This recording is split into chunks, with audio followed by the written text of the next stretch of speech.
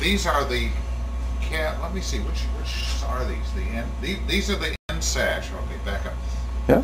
These are the end sash for the cab of Atlantic Shore 100. There are, excuse me, there are each of the smaller ones, this rectangular width on each end, and then there are two on each side of the cab for the larger ones. Bob Reich, who is a volunteer, is removing what's called anti-rattlers. Maybe you want to zoom in on that, which are springs, pieces of spring steel that keep the windows from rattling as the local tracks in Sanford. Like the noise at the time, it also helps seal it a little bit from the weather. We're planning to use most of these sash again. They are most all original, though we will show you some that have been modified. Originally, when the locomotive was built in 1906, these were varnished inside and out, but that was a common practice, and they would have been, we don't know what the wood is, but we suspect it's cherry. It's hard to tell because there's been a lot of weathering. However, this was not continued through the life of the locomotive, and the reality of a varnished finish is it's very hard to maintain. And so they painted over them with a sort of a rusty barn red oxide color. And so we're going to do that.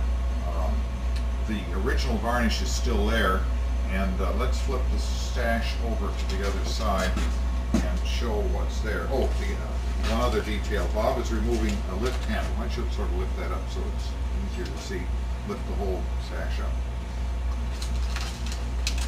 That's a piece of brass, and there's another one down at the bottom. And it had a little strip of leather in here so that you could lift up the sash up over the windowsill, and the leather was fastened in here, and we will replace that.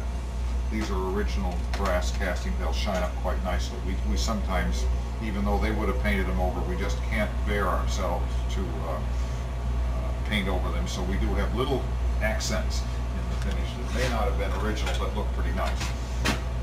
You can see in this sash there apparently was a nail in the frame that stuck out and gradually cut its way into the sash. Also, the joints in these are mortise and tenons, and they have come apart. So what Bob is doing is repairing all these, pulling them back together again. We'll take the glass out and take the molding off, and we'll put paint and primer inside of these rabbets, as they're called, where the glass sits, so that they're sealed, because the water will run down both the inside and the outside of the sash, and it gets into the joints and rots them, and you can see what it's done to the wood here. Water comes up through the end grain, splits the wood, and in extreme cases it rots them. All right, let's flip this over.